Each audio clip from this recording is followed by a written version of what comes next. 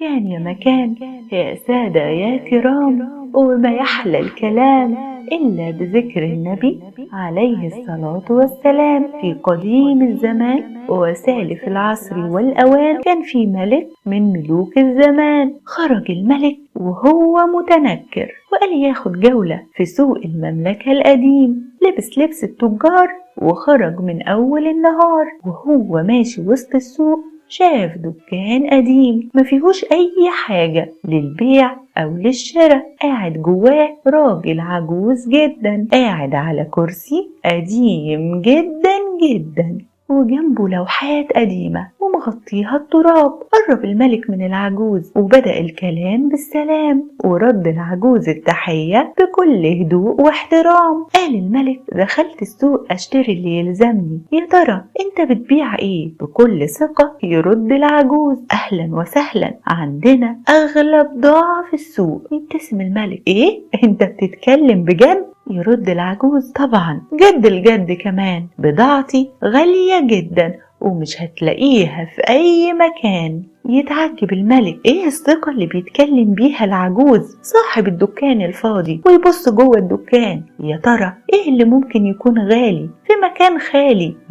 معقول تكون اللوحات اللي مغطيها التراب، ولا الهوا، ولا الأرض، ولا الحيطان؟ ويسأل الملك العجوز: بضاعة ايه دي؟ انا مش شايف في دكانك اي حاجة للبيع. يرد العجوز: انا ببيع الحكمة. يتعجب الملك: حكمة؟ يرد العجوز: ايوه، بعت منها كتير ونفعت بيها الغير وما تبقاش معايا غير لوحتين. يرد الملك: وعلى كده بتكسب؟ يرد العجوز: طبعا انا ببيع اغلى بضاعة في السوق، لوحاتي ما تتقدرش بتمن. مسك الملك لوحة من اللوحات ومسح عنها التراب، لقى مكتوب عليها: فكر قبل ان تعمل. يبص الملك للعجوز ويقول له: وعلى كده بتبيع اللوحة بكام؟ بكل ثقة يرد العجوز: 10,000 دينار بس. الملك يضحك ويضحك ويضحك لحد ما عينه دمعت من كتر الضحك. أما العجوز فقاعد ثابت وهادي وراسي في مكانه وكأنه ولا سامع حاجة. أخد اللوحة من الملك وبكل فخر وعزة رجعها لمكانها. يقول له الملك: 10,000 ايه؟ انت بتتكلم جد؟ دي لوحة، مجرد لوحة، والتراب مغطيها. يرد العجوز: 10,000 دينار ومفيش فصال. وكل ما يزيد إصرار العجوز يزيد ضحك الملك وتزيد دهشته، لدرجة انه خمن بينه وبين نفسه ان العجوز ده مجنون وعقله اختل. وفضل الملك يجاريه ويساومه على الثمن. ها، ايه رأيك تاخد 1000 دينار وتديني اللوحة؟ يرفض العجوز. طيب 2000؟ يرفض العجوز. وفضل الملك يزود لحد ما وصل ل9,000 دينار، والعجوز يرفض، مصر على كلمته اللي قالها: 10,000 دينار. فيضحك الملك ويقرر يمشي وما يشتريش من العجوز. افتكر ان العجوز هينادي عليه او هيمسك فيه، لكن الغريب ان العجوز ولا نادى عليه ولا مسك فيه، بالعكس رجع قعد على كرسيه وبكل هدوء وثبات رتب اللوحتين وقعد جنبهم. ويمشي الملك في السوق والحكمة مش بتفارق تفكيره: فكر قبل أن تعمل. وكل ما يجي يعمل حاجة أو ياخد قرار يلاقي صوت جواه بيقوله: فكر قبل أن تعمل. حاجة جواه بتقوله إنه لازم يرجع ويشتري اللوحة من العجوز.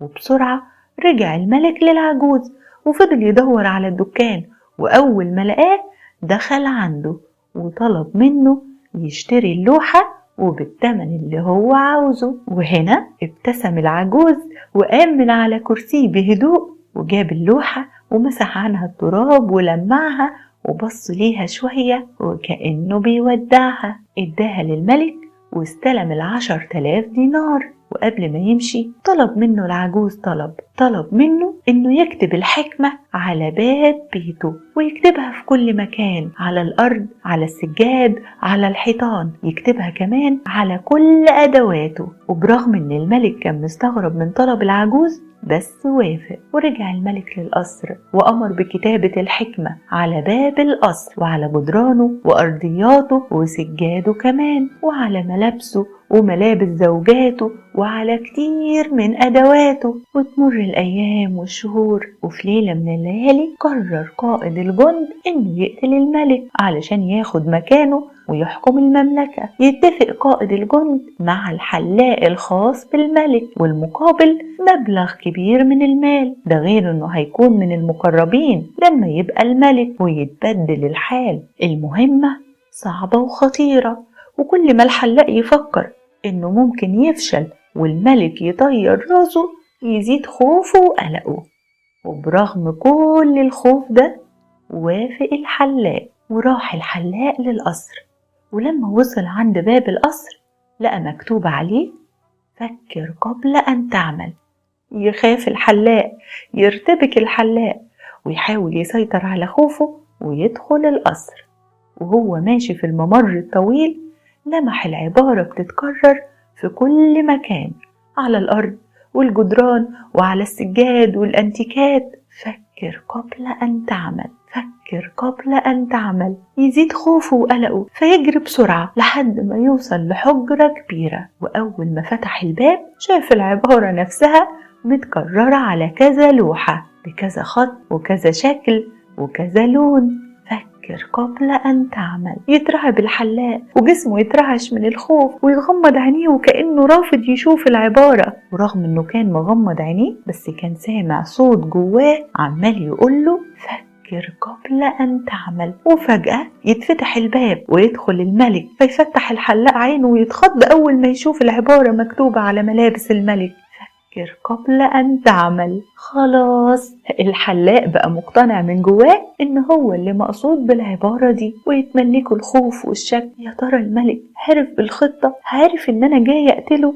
وبعد شوية يدخل الخادم وفي إيده صندوق الحلاقة الخاص بالملك. يقف الحلاق مكانه وما بقاش قادر يتحرك أول ما شاف الصندوق مكتوب عليه: فكر قبل أن تعمل. حاول الحلاق إنه يتماسك ويفتح الصندوق، إيده بتترعش وبطرف عينه عمال يبص على الملك. لقى هادي ومبتسم، وده اللي زود خوفه وقلقه. وبدأ يحط رغوة الصابون على وش الملك. إيده كانت بتترعش لدرجة إن الملك لاحظ وبدأ يراقبه بحذر. يحاول الحلاق إنه ما يبصش للملك، وبدأ يطلع أدوات الحلاقة. كل ما يطلع أداة يلاقي مكتوب عليها: فكر قبل أن تعمل.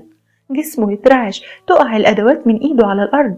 يحط الملك إيده على كتف الحلاق ويسأله بمنتهى الحزم: مالك؟ زي ما تكون خايف ومرعوب، في إيه؟ ينهار الحلاق بين إيدين الملك ويعترف في كل حاجة: سامحني يا مولاي، قائد الجند هو اللي أغراني بالمال والمناصب، هو اللي خطط ودبر لقتلك. وحكى الحلاق للملك على كل اللي حصل وعلى تأثير الحكمة اللي مكتوبة في كل مكان عليه. وفي التو والحال يؤمر الملك بالقبض على قائد الجند وأعوانه ويعفو عن الحلاق. يقف الملك قدام اللوحة اللي اشتراها من العجوز ويمسح عنها التراب ويبص ليها بفخر وفرح، ويحس انه لازم يرجع للعجوز، لازم يرجع يكافئه ويحكي له عن حكمته وأثرها ودورها في إنقاذ حياته، وكمان هيشتري منه حكمة تانية. وراح الملك بسرعة للسوق يدور على الدكان ويدور على العجوز. ولما وصل للدكان لقاه مقفول. سأل الناس عن السبب فعرف إن العجوز مات.